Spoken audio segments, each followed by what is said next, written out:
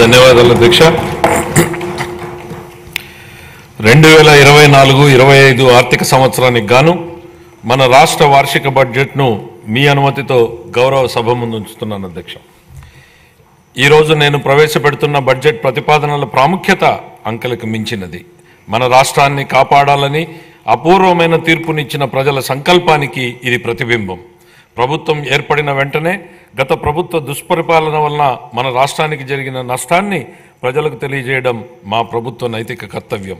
మా ప్రభుత్వం వెలువరించిన 7 శ్వేతపత్రాల ద్వారా ఇది జరిగింది.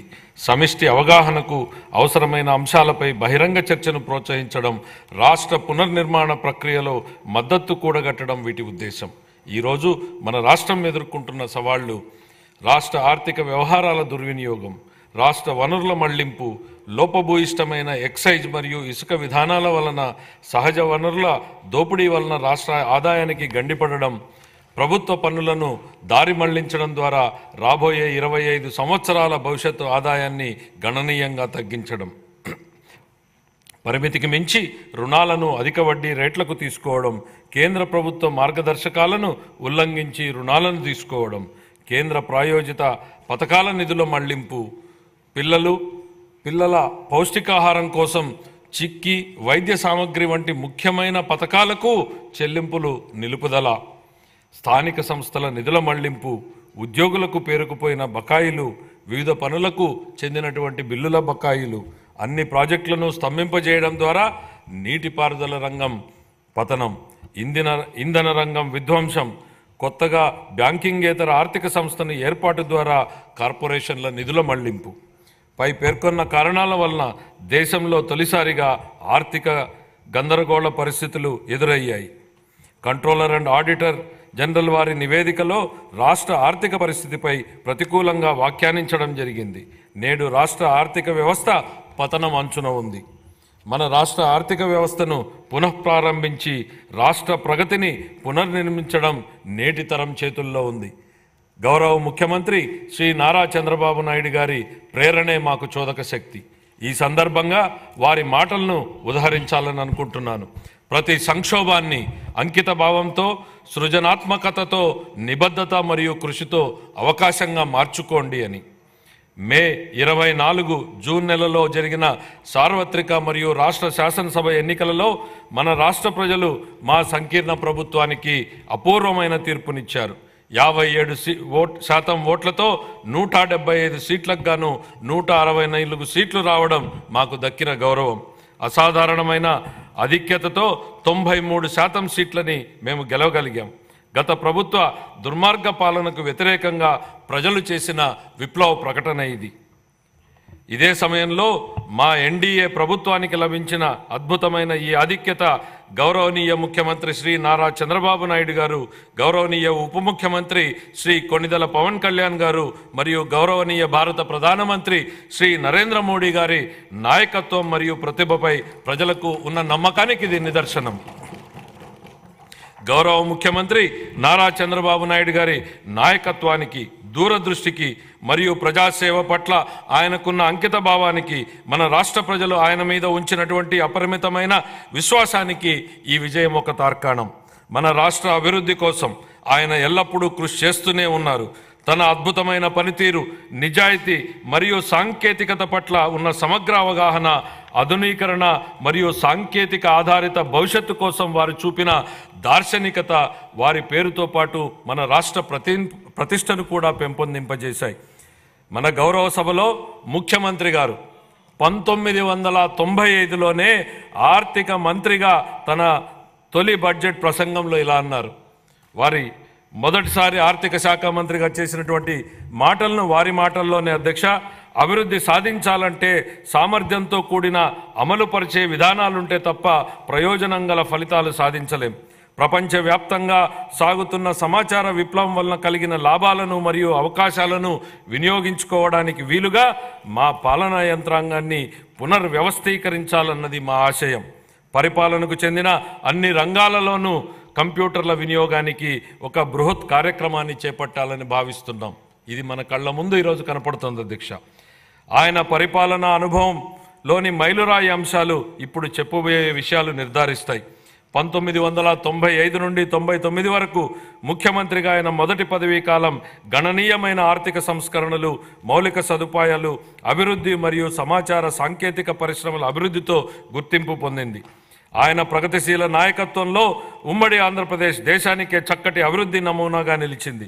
ఉమ్మడి ఆంధ్రప్రదేశ్ రాష్ట్రాన్ని వ్యవసాయ ఆధారిత రాష్ట్రం నుంచి సాంకేతిక పరిజ్ఞానానికి మూల స్తంభంగా మరియు సమాచార సాంకేతిక సేవల కేంద్రంగా మార్చడంలో ఆయన కీలక పాత్ర పోషించారు.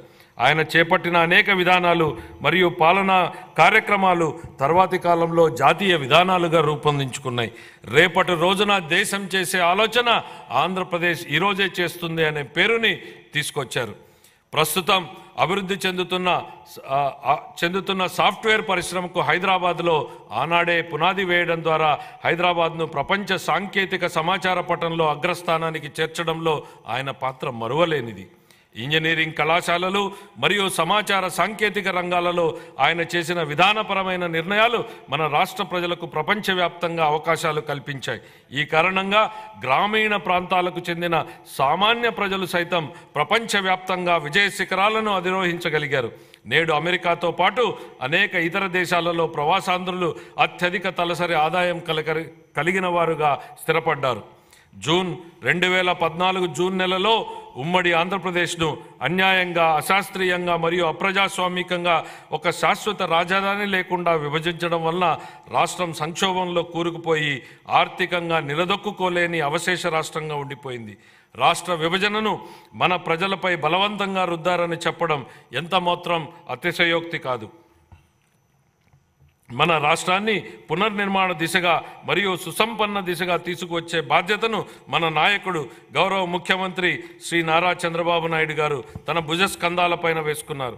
ఆయన పరివర్తనాత్మక నాయకత్వంలో దీర్ఘకాలిక మరియు స్వల్పకాలిక ప్రణాళికలను అమలు చేసి అవశేష రాష్ట్రాన్ని విభజన దుష్ప్రభావం నుండి తప్పించి అభివృద్ధి పథంలో నడిపించారు. 2014 నుంచి 19 వరకు వ్యవసాయం, పరిశ్రమలు, సేవలు, నీటిపారుదల, రోడ్లు, భవనాలు, ఉపాధి కల్పన తదితర రంగాలలో బహుముఖ వ్యూహాన్ని రూపొందించారు. Kia Motors, hero Motors, Asian paints వంటి భారీ పరిశ్రమలను మన రాష్ట్రం ఆకర్షించింది. పట్టిసీమ ఎత్తిపోతల పథకం దేశంలోనే రికార్డు సమయంలో అనగా కేవలం ఏడాది కాలంలోనే పూర్తి అయిన తొలి నదుల అనుసంధాన ప్రాజెక్టుగా రికార్డు సృష్టించింది. సులభతర వ్యాపార నిర్వహణ ర్యాంకింగ్లో మన రాష్ట్రం మొదటి స్థానం సాధించి 5 ఏళ్లలో అగ్రస్థానంలో నిలిచింది. ఇంధన రంగంలో సంస్కరణలు తీసుకురావడంతో పాటు పునరుత్పాదక ఇంధనాన్ని ప్రోత్సహించడం ద్వారా 2018 నాటికి మన రాష్ట్రం ఇంధన మిగులు రాష్ట్రంగా నిలిచింది. బహుముఖ వ్యూహం ఫలితంగా మన రాష్ట్రం సంక్షేమంతో కూడిన సుస్థిర ఆర్థికాభివృద్ధి పథకంలో పయనించింది.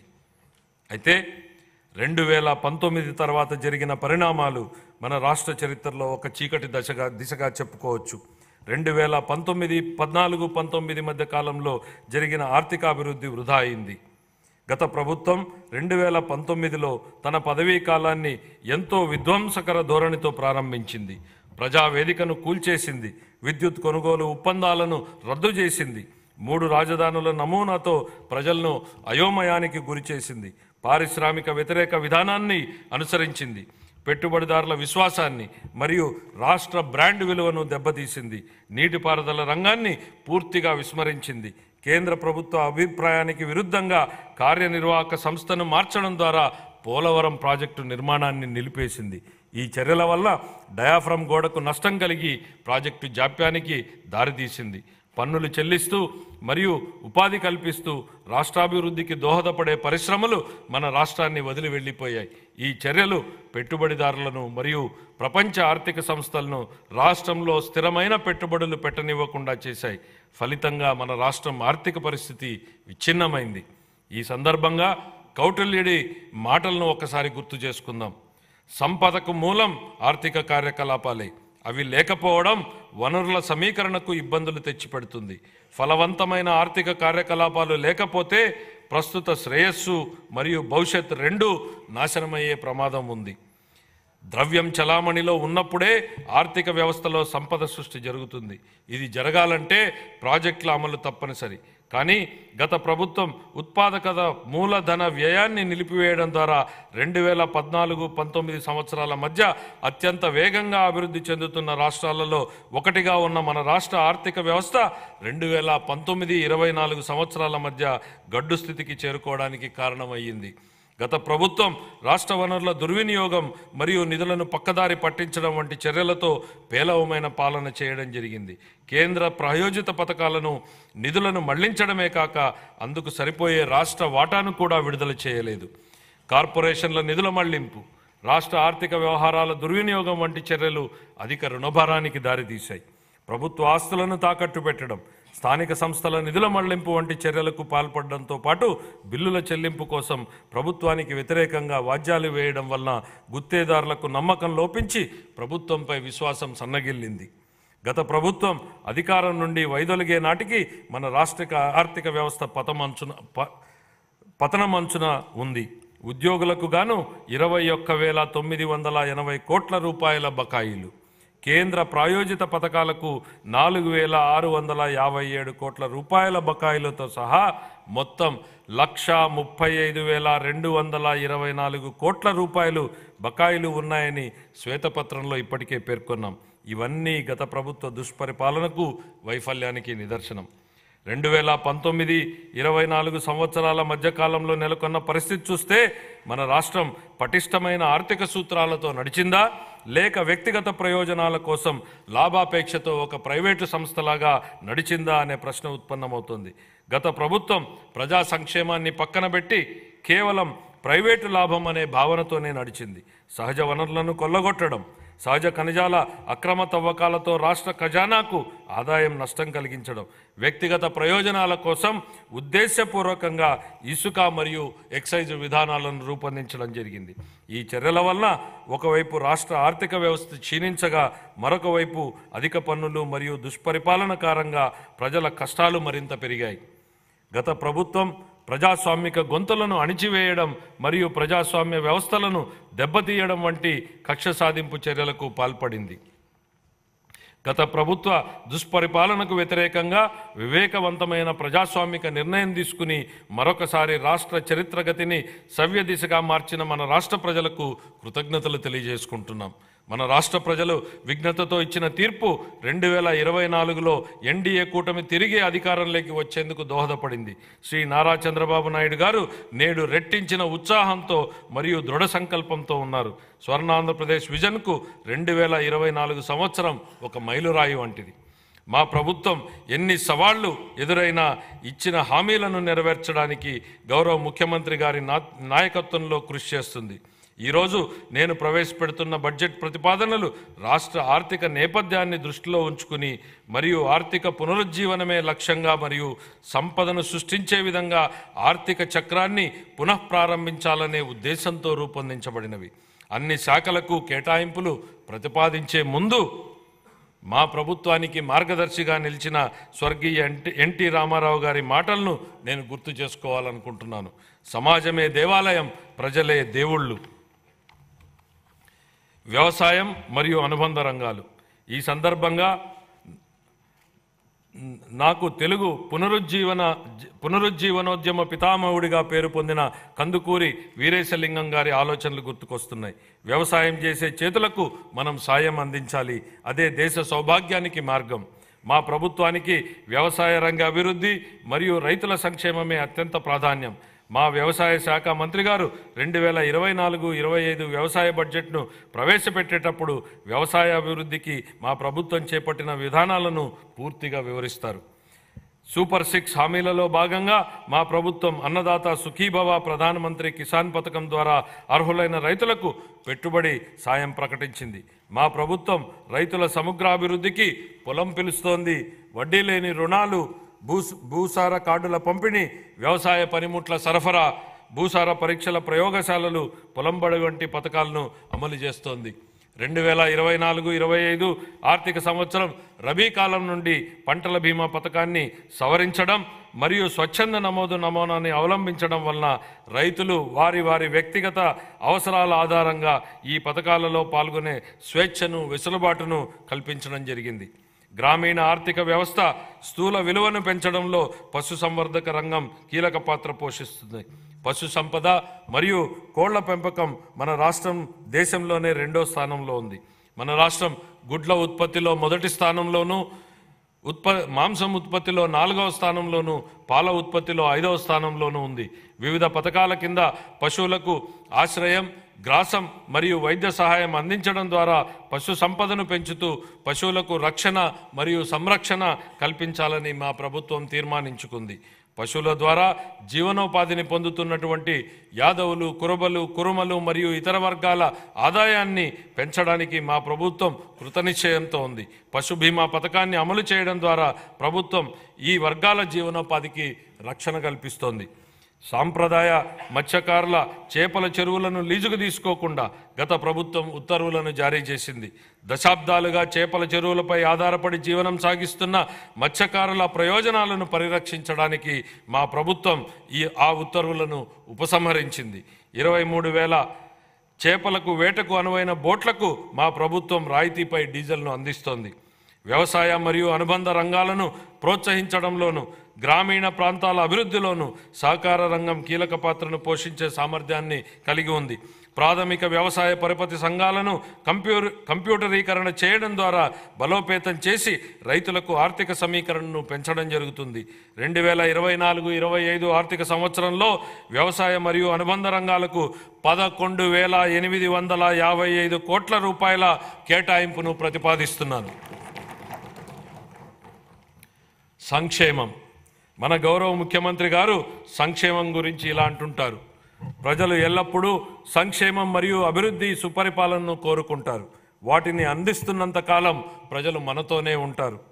సంక్షేమం మరియు అభివృద్ధిని సమతుల్యం చేయాలనే విశ్వాసం 3 దశాబ్దాల కింద 1995లో ఉమ్మడి ఆంధ్రప్రదేశ్ రాష్ట్ర ఆర్థిక మంత్రిగా ఆయన చేసిన తొలి బడ్జెట్ ప్రసంగం నుంచే మనకు స్పష్టమవుతుంది అధ్యక్ష.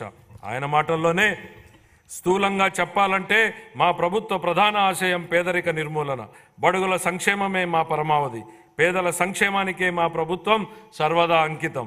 అంత మాత్రాన రాష్ట్ర సర్వతోముఖాభివృద్ధి కుంటుపడనిస్తామని అనుకోవద్దు. ఆ పని ఎప్పటికీ జరగదు. నిధుల కొరత కారణంగా ఏ అభివృద్ధి కార్యక్రమం కుంటుపడరాదన్నది మా ధ్యేయం. అలా కుంటుపడకుండా కృషి చేస్తాం. విద్యాభివృద్ధి, సామాజిక ఆర్థికాభివృద్ధి, సంక్షేమం మరియు హక్కుల పరిరక్షణ కోసం వివిధ పథకాలను అమలు చేయడం ద్వారా అన్ని సామాజిక వర్గాల అభివృద్ధికి మా ప్రభుత్వం కట్టుబడి ఉంది. సంక్షేమానికి పెద్దపీట వేస్తూ స్వర్ణాంధ్ర 2047 దిశగా మేనిఫెస్టోలో ఇచ్చిన హామీలకు అనుగుణంగా మా ప్రభుత్వం ఎన్నో పథకాలను రూపొందిస్తోంది. మేనిఫెస్టోలో ఇచ్చిన హామీ మేరకు అధికారం చేపట్టిన వెంటనే సామాజిక భద్రత పెన్షన్ను 3,000 రూపాయల నుండి 4,000కు పెంచడం జరిగింది.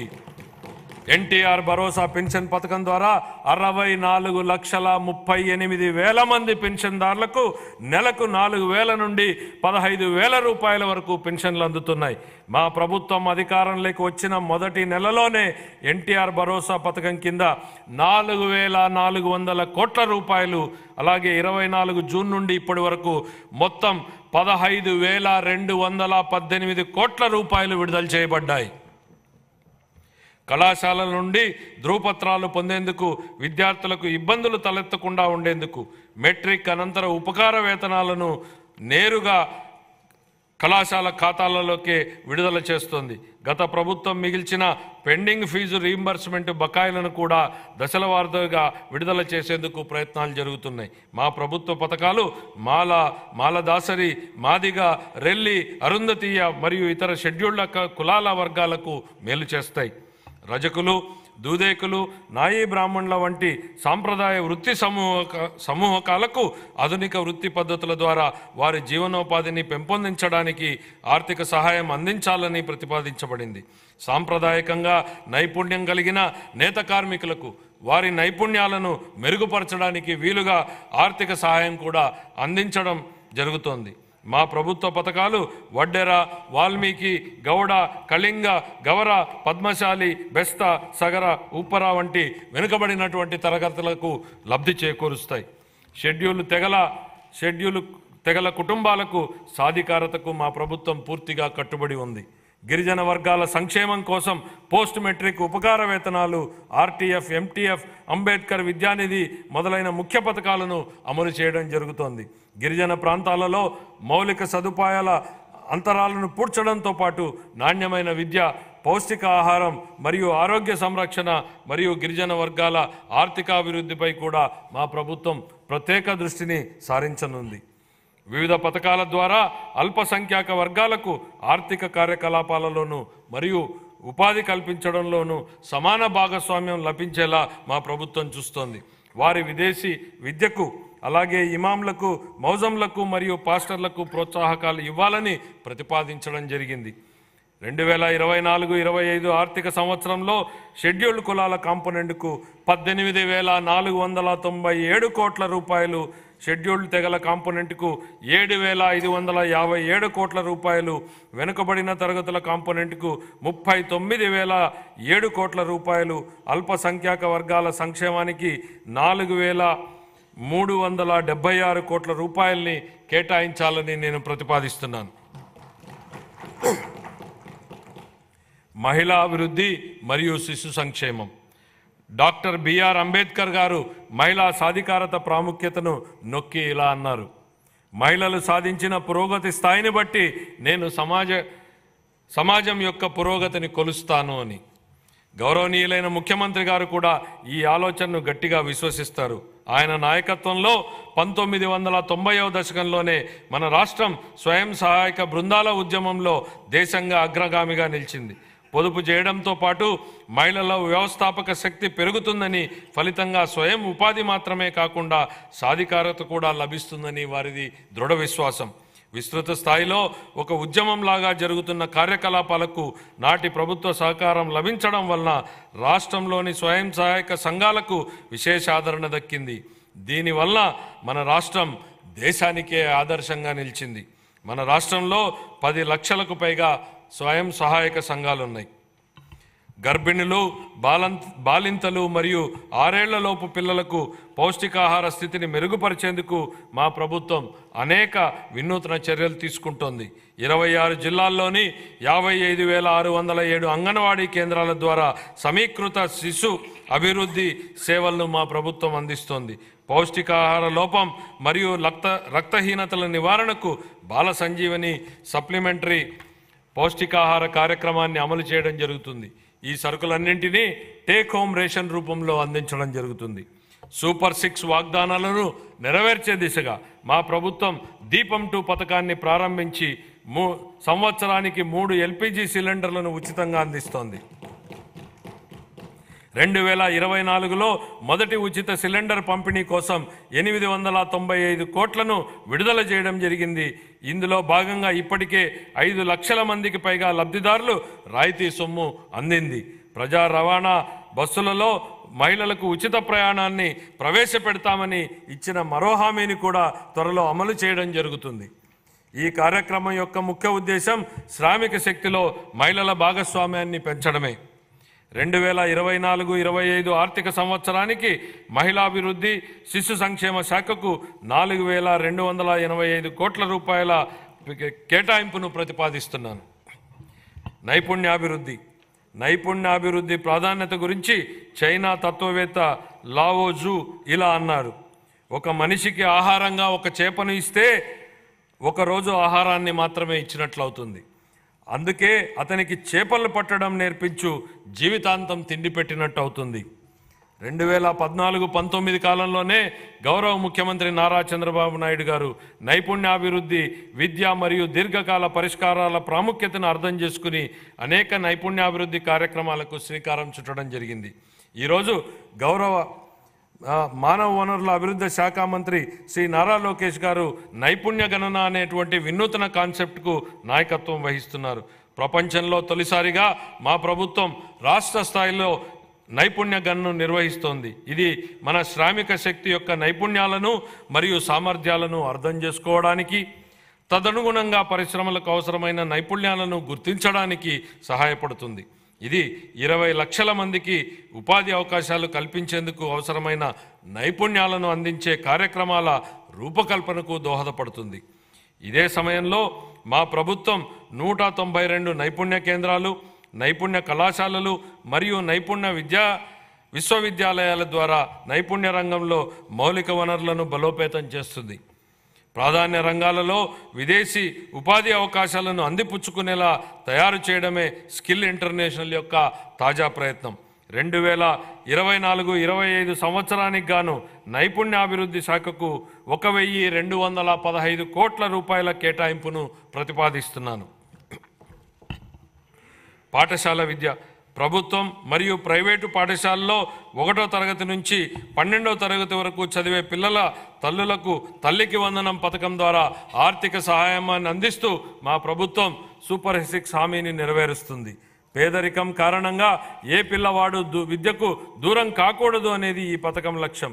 ఇందుకే మధ్యలో చదువు మానేసిన పిల్లల సంఖ్యను గణనీయంగా తగ్గించడానికి సహాయపడుతుంది.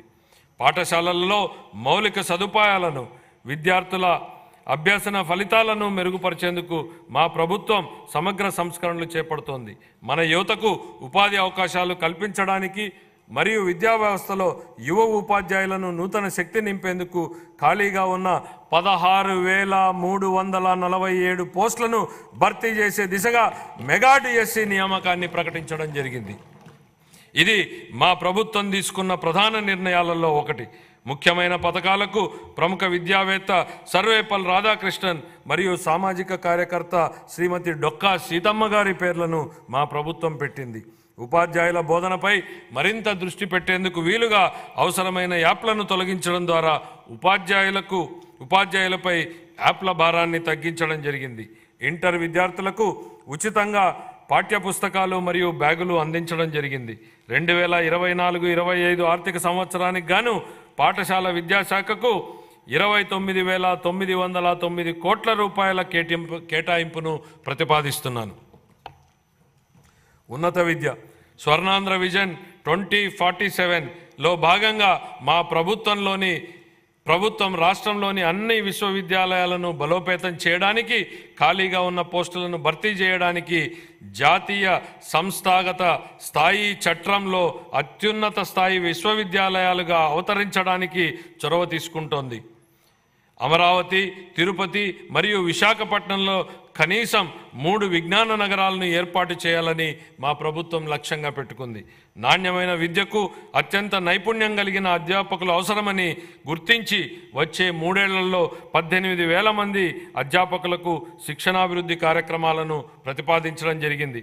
2024 డిసెంబర్ నుండి 2.5 లక్షల మందికి పైగా విద్యార్థులకు వృత్తి శిక్షణను సులభతరం చేయడానికి NASSCOM, future skills, EduSkills, salesforce, Microsoft వంటి ప్రతిష్టాత్మక సంస్థలతో మా ప్రభుత్వం అవగాహన ఒప్పందాలను కుదుర్చుకుంది.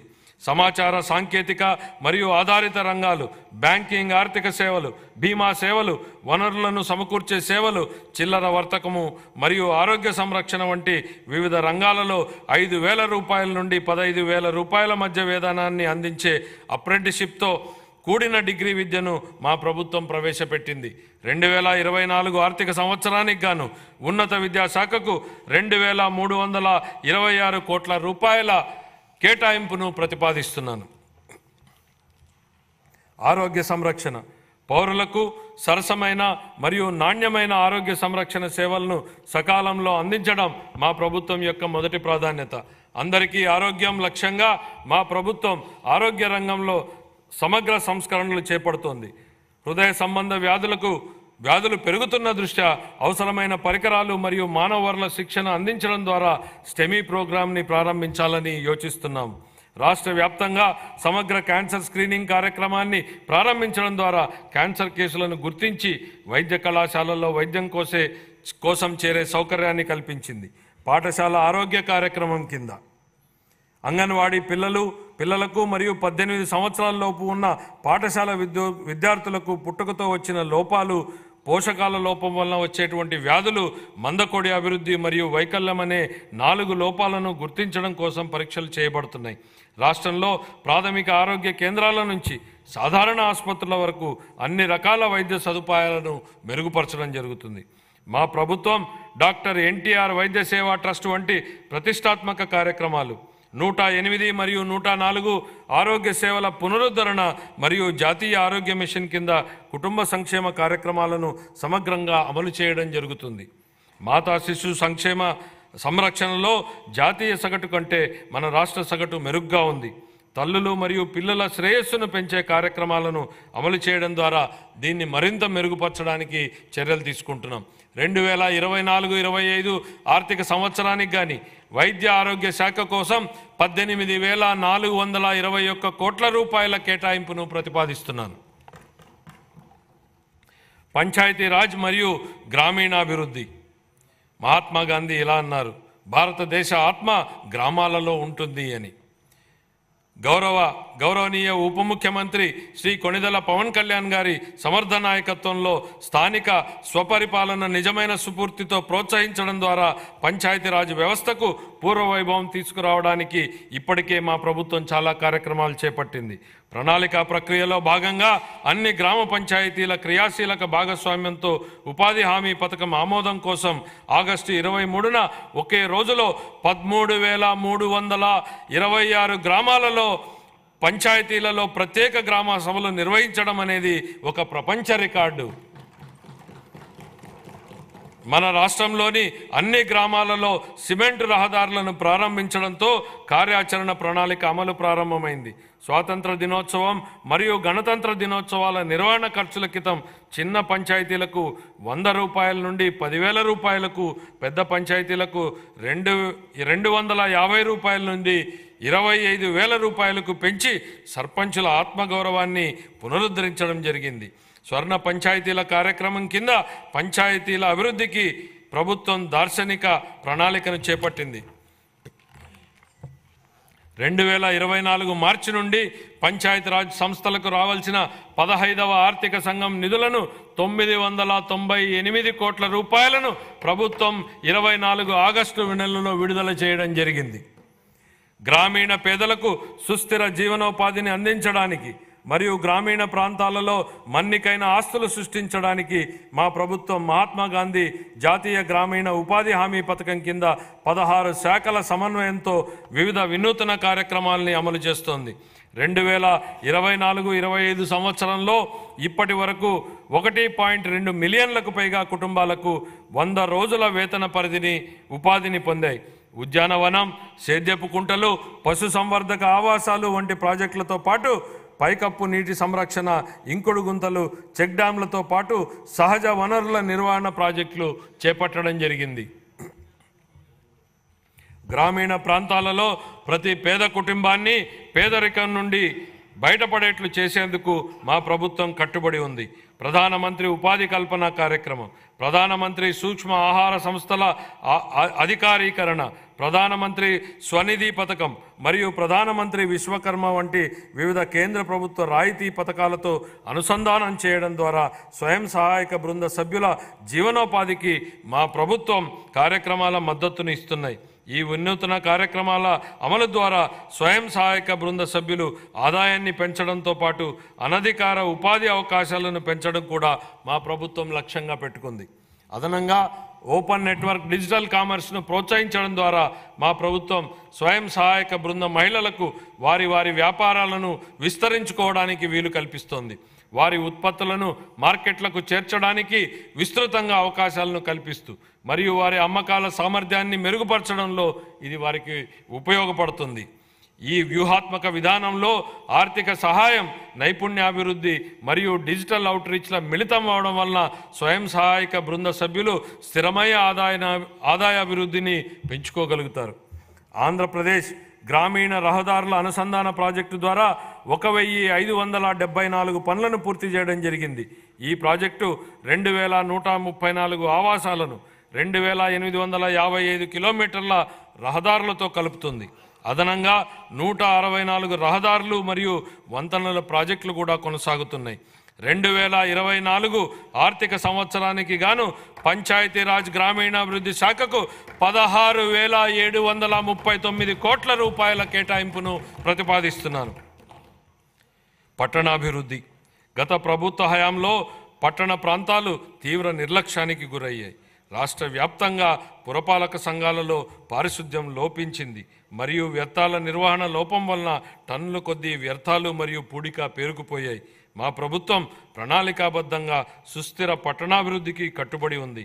విశాఖపట్నం, కాకినాడ, విజయవాడ, గుంటూరు, తిరుపతి, కర్నూలు తదితర ప్రధాన నగరాలను అభివృద్ధి చేయనున్నాం. 50,000 నుంచి 99,999 మంది జనాభా ఉన్ని రెండో తరగతి పట్టణాలకు భౌగోళిక సమాచారక వ్యవస్థ GIS ఆధారిత బృహత్తర ప్రణాళికలను రూపకల్పనకు శ్రీకారం చుట్టడం జరిగింది. అమృత్ 2 కింద జలవనరుల పునరుద్ధరణ, మురుగునీటిని శుద్ధి చేసి తిరిగి వినియోగించుకోవడం, వర్షపు నీటి సంరక్షణతో పాటు ప్రజలందరికీ సురక్షిత నీటిని సరఫరా చేయాలని మా ప్రభుత్వం భావిస్తోంది. అన్ని పట్టణ ప్రాంతాలలో పట్టణ మౌలిక సదుపాయాలు మరియు అత్యవసర సేవలకు సేవా స్థాయి ప్రమాణాలను సాధించడానికి ప్రణాళికలు రూపొందించబడ్డాయి. 5 ఏళ్లుగా కనుమరుగైన రాష్ట్ర కళల రాజధాని అమరావతి నేడు రూపుదిద్దుకుంటోంది. ప్రపంచ స్థాయిలోనే అత్యుత్తమ మౌలిక సదుపాయాలు, పెట్టుబడులు మరియు ఉద్యోగాలకు ప్రపంచ స్థాయి గమ్యస్థానంగా అమరావతి మారబోతోంది. అత్యంత నివాసయోగ్యమైన, సమర్థవంతమైన మరియు సుస్థిరమైన హరిత నగరంగా అమరావతిని తీర్చిదిద్దేందుకు మా ప్రభుత్వ ప్రణాళికలు దోహదపడ్డాయి. రాజధాని నగరంలో మౌలిక సదుపాయాలు అభివృద్ధి చేయడానికి మా ప్రభుత్వం కేంద్ర ప్రభుత్వం ద్వారా బహుళ పాక్షిక నిధుల సంస్థల నుండి 15,000 కోట్ల రూపాయల నిధులను పొందడం జరిగింది. పట్టణ ప్రాంతంలో నివసిస్తున్న నిరుపేదలకు సరసమైన ధరలకు ఆహారాన్ని అందించడంతో మా ప్రభుత్వం మొత్తం 123 పట్టణ ప్రాంతాల పరిధిలో 204 అన్నా క్యాంటీన్లను ఏర్పాటు చేయడం జరిగింది. గ్రామీణ ప్రాంతాల్లో కూడా 158 అన్నా క్యాంటీన్లను ఏర్పాటు చేయడానికి ప్రణాళికలు సిద్ధం చేయడం జరిగింది. 2024-25 ఆర్థిక సంవత్సరానికి పురపాలక పట్టణాభివృద్ధి శాఖకు 11,490 కోట్ల రూపాయల కేటాయింపును ప్రతిపాదిస్తున్నాను. గృహ నిర్మాణం 2029 నాటికి అందరూ ఇళ్లు నిర్మించి ఇవ్వాలన్న మా ప్రభుత్వం కృతనిశ్చయంతో ఉంది. ప్రధానమంత్రి ఆవాస్ యోజన, NTR నగరాలు పథకం కింద ఆర్థికంగా వెనుకబడిన వర్గాలకు 25 లక్షల ఇళ్ల పట్టాలు ఇవ్వాలని లక్ష్యంగా పెట్టుకోవడం జరిగింది. ఈ నిర్ణయం ఆర్థికంగా వెనుకబడిన వర్గాల సంక్షేమ కార్యక్రమానే కాకుండా రాష్ట్ర ఆర్థిక కార్యకలాపాలకు కూడా ఊతమిస్తోంది. ఈ కార్యక్రమం కింద ఇంటి స్థలాన్ని కానీ పక్కా ఇళ్ళు లేని వారికి ఇళ్ల స్థలాల పట్టాలు మంజూరు చేయడం జరుగుతుంది. ప్రధానమంత్రి ఆవాస్ యోజన కింద 6.9 లక్షల ఇళ్ళు, ప్రధానమంత్రి ఆవాస్ యోజన కింద 1.79 లక్షల గ్రామీణ ఇళ్లను పూర్తి చేయాలని ప్రతిపాదించడం జరిగింది. ప్రధానమంత్రి జన్మన్ పథకం కింద నిస్సహాయ గిరిజన సమూహాల కోసం 15,000 పైగా గృహాలను పూర్తి చేయాలని ప్రతిపాదించడం జరిగింది. అన్ని శాఖల సమన్వయంతో హౌసింగ్ లేఅవుట్లలో మౌలిక సదుపాయాలను అభివృద్ధి చేయడానికి మా ప్రభుత్వం కట్టుబడి ఉంది. 2024-25 ఆర్థిక సంవత్సరానికి గృహ నిర్మాణ శాఖకు 4,012 కోట్ల రూపాయల కేటాయింపుని ప్రతిపాదిస్తున్నాను. జలవనరుల నిర్వహణ, సాగునీటి రంగాన్ని గత ప్రభుత్వం పూర్తిగా నిర్లక్ష్యం చేసింది. వంశధార స్టేజ్ 2, హంద్రీనీవా సుజల స్రవంతి 2వ దశ, వెలుగొండ ప్రాజెక్టు, తోటపల్లి బ్యారేజు, గజపతి నగరం బ్రాంచ్ కెనాల్, చింతలపూడి ఎత్తిపోతల పథకం, Pulichintala, Gundlakamma reservoir, Somasila Swarnamukhi link canal వంటి సాగునీటి ప్రాజెక్టుల్లో ఏ ఒక్కదానిలోనూ పురోగతి లేదు. పోలవరం విషయంలో కేంద్ర జలశక్తి మంత్రిత్వ శాఖకు చెందిన పోలవరం ప్రాజెక్టు అథారిటీ సలహాలను పట్టించుకోకుండా నిర్మాణ కీలక దశలో ఉన్నప్పుడు ఏజెన్సీని హఠాత్తుగా మార్చడం వలన డయాఫ్రమ్ గోడ కూలి ప్రాజెక్టు నిర్మాణంలో తీవ్ర జాప్యం జరిగింది. ప్రాజెక్టు ప్రయోజనాల కోసం ఏళ్ల తరబడి ఎదురు చూస్తున్న ఆంధ్ర, ఉత్తరాంధ్ర మరియు రాయలసీమ వాసులకు ఈ జాప్యం కలవరపెడుతోంది. మా ప్రభుత్వం సాగునీటి రంగానికి అధిక ప్రాధాన్యతనిస్తూ ప్రతి పొలానికి నీటిని తీసుకెళ్లాలనే లక్ష్యంతో సమగ్ర నూతన జల విధానాన్ని రూపొందించడం జరుగుతోంది. రాష్ట్రాన్ని కరువు రహిత రాష్ట్రంగా తీర్చిదిద్ది త్రాగు మరియు సాగు మరియు పారిశ్రామిక అవసరాలకు నీటి భద్రతను కల్పించేందుకు కార్యాచరణ ప్రణాళికలు రూపొందించడం జరిగింది. పోలవరం జాతీయ నీటిపారుదల ప్రాజెక్టును త్వరితగతిన పూర్తి చేయడం మా ప్రభుత్వ మొదటి ప్రాధాన్యత. చింతలపూడి ఎత్తిపోతల పథకం, బొడ్డేపల్లి రాజగోపాలరావు వంశధార ప్రాజెక్టు 2వ దశ, Poola Subbaiah Veligonda project, Handri Neeva Sujala Sravanthi project, Tungabhadra high level canal వ్యవస్థ మెరుగుదల, చిన్న నీటి పారుదల, వాటర్ షెడ్, భూగర్భ జలాల నిర్వహణతో సహా నిర్మాణంలో ఉన్న అన్ని ప్రాజెక్టులను పూర్తి చేసేందుకు మా ప్రాజెక్టు కట్టుబడి ఉంది. వీటితో పాటు అదనంగా భవనాసి చెరువు మార్పిడి ప్రాజెక్టును మరియు మహేంద్ర తనయ ఆఫ్షోర్ ప్రాజెక్టును చేపట్టాలని మా ప్రభుత్వం భావిస్తోంది. గోదావరి, పెన్న, నాగావళి వంశధార నదులను అనుసంధానం చేయడం ద్వారా రాష్ట్ర వ్యాప్తంగా నీటి భద్రతను కల్పించాలని భావిస్తోంది. 2024-25 ఆర్థిక సంవత్సరానికి జలవనరుల శాఖకు 16,705 కోట్ల రూపాయల కేటాయింపును ప్రతిపాదిస్తున్నాను. పరిశ్రమలు మరియు వాణిజ్యం, పారిశ్రామిక అభివృద్ధికి అనువైన వాతావరణాన్ని కల్పించడంపై మా ప్రభుత్వం దృష్టి సారించింది. పెట్టుబడిదారులను మరియు ఔత్సాహిక పారిశ్రామికవేత్తలను ప్రోత్సహించి తద్వారా వివిధ రంగాలకు ఉపాధిని కల్పించే దిశగా నూతన విధానాలను రూపొందించడం జరిగింది. మా ప్రభుత్వం ఆంధ్రప్రదేశ్ పారిశ్రామిక వృద్ధి పాలసీ 4 తీసుకురావడం జరిగింది. ఆంధ్రప్రదేశ్ సూక్ష్మ మరియు చిన్న మధ్య తరహా అభివృద్ధి పాలసీ 4 తక్షణమే ఉపయోగించుకునేట్లుగా ప్రైవేటిక పారిశ్రామిక వాడల ఏర్పాటుకు ఒక ప్రత్యేక విధానం, ఆంధ్రప్రదేశ్ ఫుడ్ ప్రాసెసింగ్ 4వ పాలసీలను మా ప్రభుత్వం తీసుకురావడం జరిగింది. ఈ విధానాలలో పోటీతత్వ ప్రోత్సాహక పద్ధతిని ప్రవేశపెట్టగా దీనికి పారిశ్రామిక రంగం నుండి సానుకూల స్పందన వచ్చింది. మన రాష్ట్రాన్ని పెట్టుబడుల గమ్యస్థానంగా మార్చేందుకు పెట్టుబడిదారులలో మా ప్రభుత్వం మళ్లీ ఆసక్తిని పెంచింది. 2024-25 ఆర్థిక సంవత్సరానికి పరిశ్రమలు వాణిజ్య శాఖకు 3,127 కోట్ల రూపాయల కేటాయింపును ప్రతిపాదిస్తున్నాను. ఇంధన రంగం,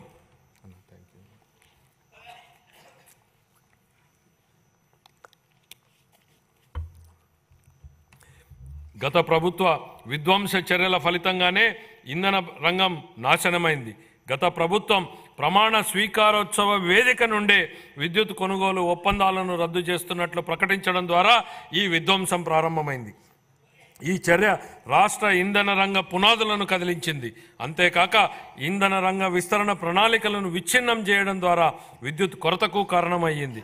తత్ఫలితంగా అధిక ధరలతో విద్యుత్తును కొనుగోలు చేయాల్సి వచ్చింది. అంతిమంగా గత ప్రభుత్వాల తప్పిదాల వల్ల నేడు వినియోగదారులకు ట్రూ అప్ ఛార్జీల పేరుతో విద్యుత్ కోసం అధిక ధరకు చెల్లించాల్సి వస్తోంది. ఈ నష్టాన్ని పూడ్చడానికి వినియోగదారులకు తక్కువ ఖర్చుతో వారంలో అన్ని రోజులు 24 గంటల పాటు నిరంతరాయమైన నాణ్యమైన విద్యుత్తును సరఫరా చేయడానికి మా ప్రభుత్వం కట్టుబడి ఉంది. రాష్ట్రంలో సుస్థిరత, ఇంధన పరివర్తన మరియు క్లీన్ ఎనర్జీ సాంకేతికతలను ప్రోత్సహించేందుకు నూతన సమగ్ర ఆంధ్రప్రదేశ్ సమీకృత క్లీన్ ఎనర్జీ విధానం 2024ను ప్రకటించడం జరిగింది. పునరుత్పాదక ఇంధనం, పంప్డ్ స్టోరేజ్ పవర్, హరిత హైడ్రోజన్ మరియు దాని ఉత్పన్నాలను ప్రోత్సహించడానికి కొత్త విధానం మార్గాన్ని సుగమం చేస్తుంది. అంతేకాక రాష్ట్రాన్ని పెట్టుబడులు ఆకర్షించే గమ్యస్థానంగా కూడా మారుస్తుంది. మా ప్రభుత్వం ఆక్వా రైతులకు తక్కువ ధరకే విద్యుత్తును సరఫరా చేస్తూ షెడ్యూల్డ్ కులాలు మరియు షెడ్యూల్డ్ తెగల వారి కాలనీలో ప్రతి ఇంటికి నెలకు 400 యూనిట్ల ఉచిత విద్యుత్తును అందిస్తోంది. దోబీఘాట్లకు అలాగే దారిద్ర్య రేఖకు దిగువనున్న రజక సామాజిక వర్గం వారు నిర్వహిస్తున్న లాండ్రీలకు, దారిద్ర్య రేఖకు దిగువనున్న నాయీ బ్రాహ్మణులు చౌరశాలలకు, దారిద్ర్య రేఖకు దిగువనున్న స్వర్ణకారుల దుకాణాలకు, దారిద్ర్య రేఖకు దిగువనున్న అత్యంత వెనుకబడిన కులాలకు మరియు చేనేత కార్మికులకు ఉచితంగా లేదా రాయితీపై విద్యుత్ అందించబడుతోంది. 2024-25 ఆర్థిక సంవత్సరానికి గాను ఇంధన శాఖకు 8,207 కోట్ల రూపాయల కేటాయింపును ప్రతిపాదిస్తున్నాను. రవాణా మరియు రోడ్లు మరియు భవనాలు, రహదారుల నిర్వహణ మరియు మరమ్మతుల విషయంలో గత పాలకులు నిర్లక్ష్యం వహించడంతో పాటు రాష్ట్రంలో రహదారుల కంటే గుంతలే ఎక్కువగా ఉన్నాయి. ఏళ్ల తరబడి నడుస్తున్న మౌలిక సదుపాయాల పురోగతికి విఘాతం కలిగింది. ఒకప్పుడు 2019 నాటికి నాణ్యమైన రహదారుల అనుసంధానం ఉన్న రాష్ట్రం 2024 నాటికి గుంతలమైన గుంతలమయమైన రహదారులతో సతమతమవుతోంది. సంక్రాంతి నాటికి రాష్ట్రంలో అన్ని రహదారులు గుంతలు లేకుండా ఉండాలనే లక్ష్యంతో మన గౌరవ ముఖ్యమంత్రి గారు గుంతలు లేని రహదారుల ఆంధ్రప్రదేశ్ అనే మిషన్కు శ్రీకారం చుట్టారు. వీటి పునర్నిర్మాణ ప్రయత్నాలు జరుగుతున్నాయి. అనుసంధానతను మరింత బలోపేతం చేయడానికి గతిశక్తి కార్యక్రమానికి అనుగుణంగా రాష్ట్ర రహదారి మౌలిక సదుపాయాలను జాతీయ గ్రిడ్తో మా ప్రభుత్వం అనుసంధానం చేస్తోంది. Amaravati outer ring road project గత ప్రభుత్వ హయాంలో నిలిచిపోయింది. 189 కిలోమీటర్ల పొడవైన Amaravati outer ring road express way పునరుద్ధరణకు కేంద్ర ప్రభుత్వం ఆమోదం తెలిపింది. ఈ ప్రాజెక్టు రాజధానిని రాష్ట్రంలో ఇతర ప్రాంతాలతో అనుసంధానం చేస్తుంది. ఈ ప్రాజెక్టు మన రాష్ట్రంలో ప్రాంతీయ అనుసంధానతను మరియు ఆర్థికాభివృద్ధిని పెంపొందిస్తుంది. మన రాష్ట్రంలో 687 కిలోమీటర్ల మేర 6 వరుసల జాతీయ రహదారి ప్రాజెక్టు పనులను ఎంతో పురోగతిలో ఉన్నాయి. వీటిలో బెంగళూరు, కడప, విజయవాడ, రాయపూర్, విశాఖపట్నం, చిత్తూరు, తాడ్చూరు, రేణిగుంట, నాయుడుపేట, విజయవాడ పశ్చిమ బైపాస్, నాయుడుపేట, తూర్పు కనుపూరు వంటి ముఖ్యమైన రహదారులు ఉన్నాయి. వీటితో పాటు 4 వరుసల జాతీయ రహదారులైన హైదరాబాద్, విశాఖపట్నం, బెంగళూరు, చెన్నై ఎక్స్ప్రెస్ రహదారుల్లో 165 కిలోమీటర్ల మేర పనులు పురోగతిలో ఉన్నాయి. న్యూ డెవలప్మెంట్ బ్యాంక్ ఆర్థిక సహకారంతో మండల అనుసంధాన మరియు గ్రామీణ అనుసంధానత అభివృద్ధి ప్రాజెక్టు మరియు ఆంధ్రప్రదేశ్ రహదారులు, వంతెనల పునర్నిర్మాణ ప్రాజెక్టులను మా ప్రభుత్వం అమలు చేస్తుంది. ఈ ప్రాజెక్టులను జిల్లా ప్రధాన కేంద్రాలు మరియు మండల కేంద్రాల మధ్య, అదేవిధంగా అన్ని మండల కేంద్రాల మధ్య 2 వరుసల రహదారుల అనుసంధానతను కల్పించడానికి 2522 కిలోమీటర్ల రహదారులను ఈ పరిధిలోకి తీసుకువస్తాము. వాహనాలు త్వరితగతిన నడిచేందుకు వీలుగా ప్రధానమైన జిల్లా రహదారుల ఉపరితలాన్ని మెరుగుపరచడానికి 2199 కిలోమీటర్ల మేర పనులను మంజూరు చేయడం జరిగింది. వీటిని 2025 మార్చి నాటికి పూర్తి చేయాలని మా ప్రభుత్వం లక్ష్యంగా పెట్టుకుంది. గిరిజన ప్రాంతాలతో హరిజన అనుసంధానాన్ని మెరుగుపరచడం కోసం మరియు వరదల వలన దెబ్బతిన్న రహదారులకు మరమ్మతులు చేయడం కోసం 99 రాష్ట్ర రహదారులు మరియు 134 జిల్లా ప్రధాన రహదారులను జాతీయ వ్యవసాయ మరియు గ్రామీణాభివృద్ధి బ్యాంకు నిధులతో పూర్తి చేయడానికి మా ప్రభుత్వం ప్రాధాన్యతనిస్తోంది. జూన్ 24 నుండి మా ప్రభుత్వం రహదారుల రంగానికి 600 కోట్ల రూపాయలను విడుదల చేసింది.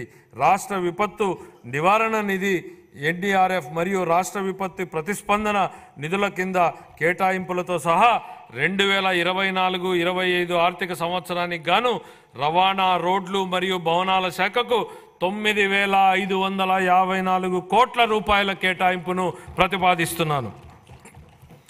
యోజన, పర్యాటక మరియు సాంస్కృతిక శాఖ మన రాష్ట్రానికి చెందిన క్రీడాకారులు జాతీయ మరియు అంతర్జాతీయ స్థాయిలో రాణించి రాష్ట్రానికి గర్వకారణంగా నిలుస్తున్నారు. మా ప్రభుత్వం క్రీడాకారులను ప్రభుత్వ ఉద్యోగాలలో 3% రిజర్వేషన్లను ప్రకటించింది. ఇది దేశంలోనే అత్యధికం. మా ప్రభుత్వం ప్రతిపాదించిన ఆర్థిక ప్రోత్సాహాలు కూడా దేశంలోనే అత్యధికం. అందరికీ క్రీడలు ప్రతిభను పెంపొందించడం, స్పోర్ట్స్ ఎకోసిస్టమ్, క్రీడా సంస్కృతి మరియు పర్యావరణ వ్యవసాయ క్షేత్రస్థాయి నుంచి అంతర్జాతీయ స్థాయి వరకు బలోపేతం చేయడం అనే 4 వ్యూహాత్మక స్తంభాలతో కొత్త క్రీడా విధానం 24-29 కాలానికి మా ప్రభుత్వం తీసుకొస్తోంది. ఆర్థిక మరియు సామాజిక అభివృద్ధి కోసం క్రీడలను ప్రోత్సహించడం మరియు ఆరోగ్యకరమైన జీవనం కోసం క్రీడలను ప్రజా ఉద్యమంగా మార్చడంపై మా ప్రభుత్వ క్రీడల విధానం దృష్టి సారిస్తుంది. గౌరవ ముఖ్యమంత్రి గారు పర్యాటక రంగానికి పరిశ్రమ హోదాను కల్పించారు. ఇది ఒక చారిత్రాత్మక చర్య. ఇది ప్రైవేటు పెట్టుబడులను గణనీయంగా ఆకర్షించే విధంగా రాష్ట్ర సామర్థ్యాన్ని మరింత పెంచింది. మన రాష్ట్రంలో పర్యాటక రంగం ఉద్యోగాల కల్పనకు ఒక గొప్ప వరం. ఆధ్యాత్మిక పర్యాటక రంగాన్ని ప్రోత్సహించడం ద్వారా పర్యాటక రంగాన్ని అభివృద్ధి చేయడానికి మా ప్రభుత్వం ప్రణాళికలు రూపొందిస్తోంది.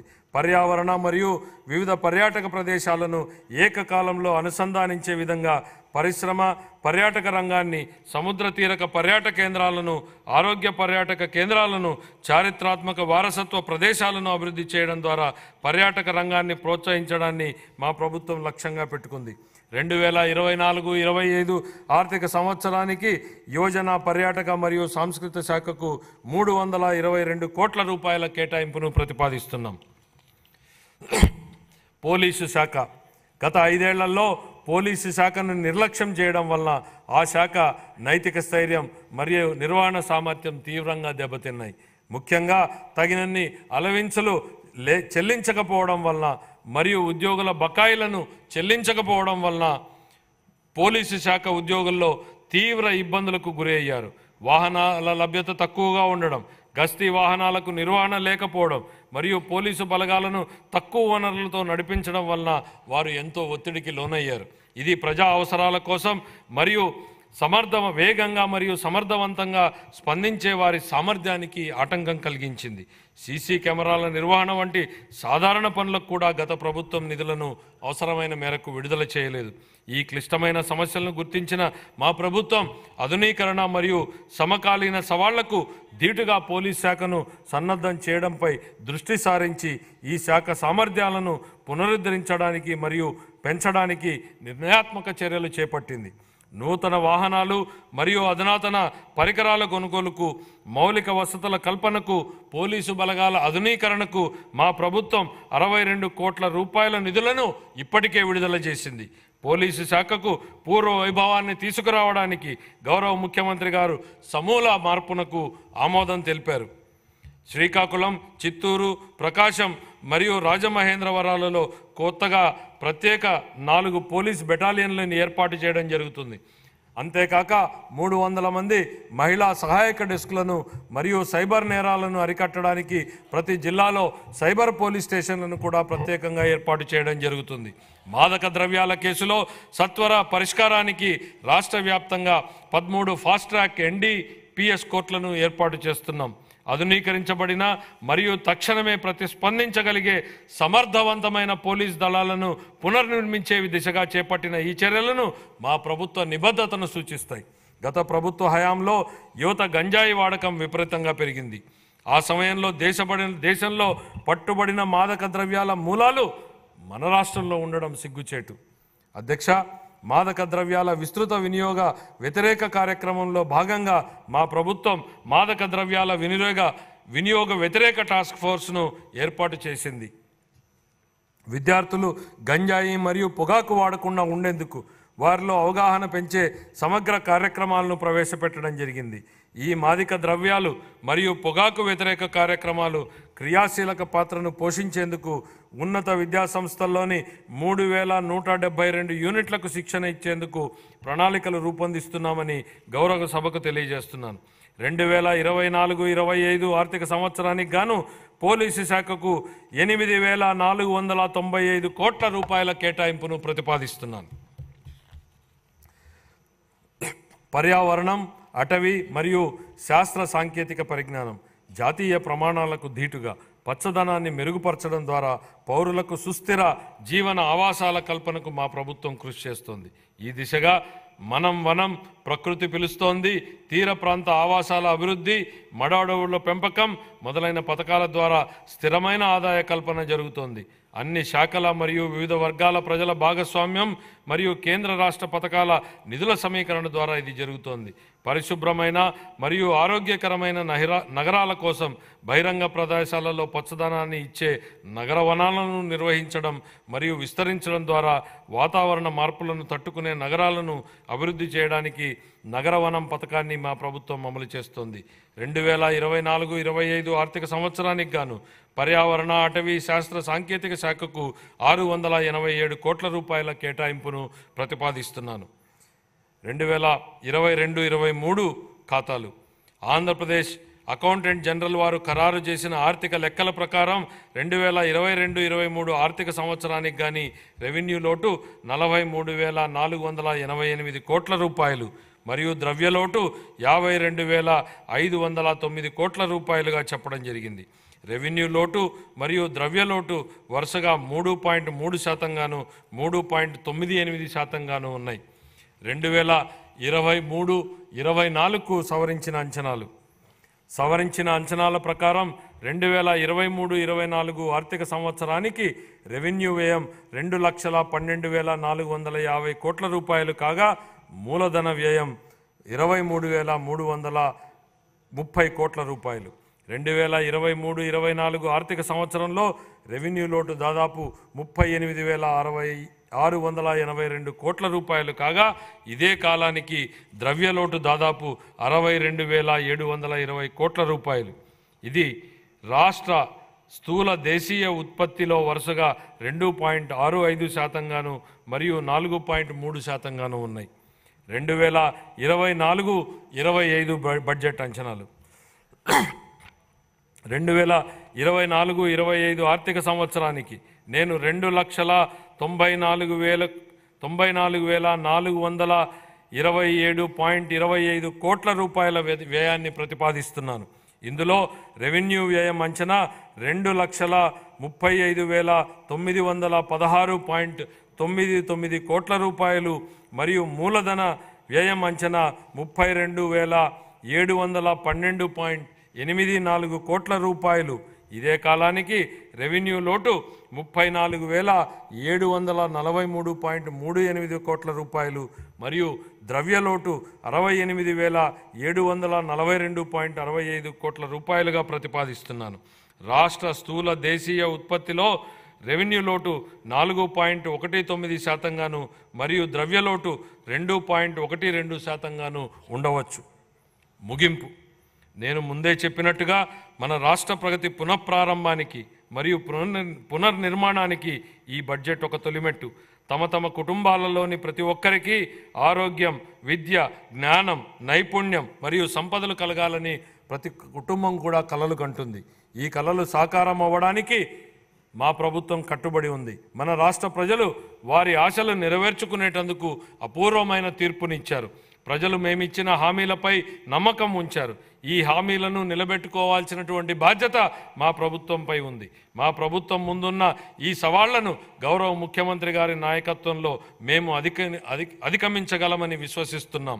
స్వర్ణాంధ్రలో జీవించాలనే ప్రజల ఆశలను సాకారం చేయడానికి మా ప్రభుత్వ నిబద్ధతను పునరుద్ఘాటిస్తున్నాను.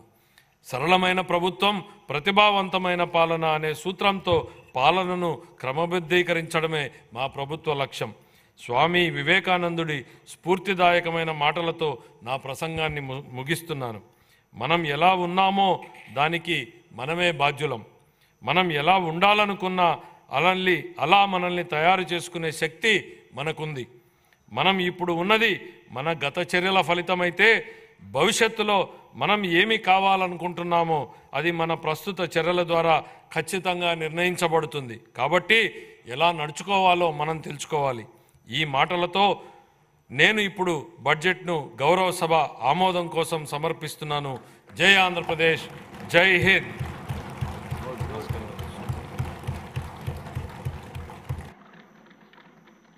ఓకే అండి. నెక్స్ట్ గౌరవ వ్యవసాయ శాఖ మంత్రివర్యులు 2024-2025 సంవత్సరపు వ్యవసాయ బడ్జెట్ను ప్రవేశపెడతారు.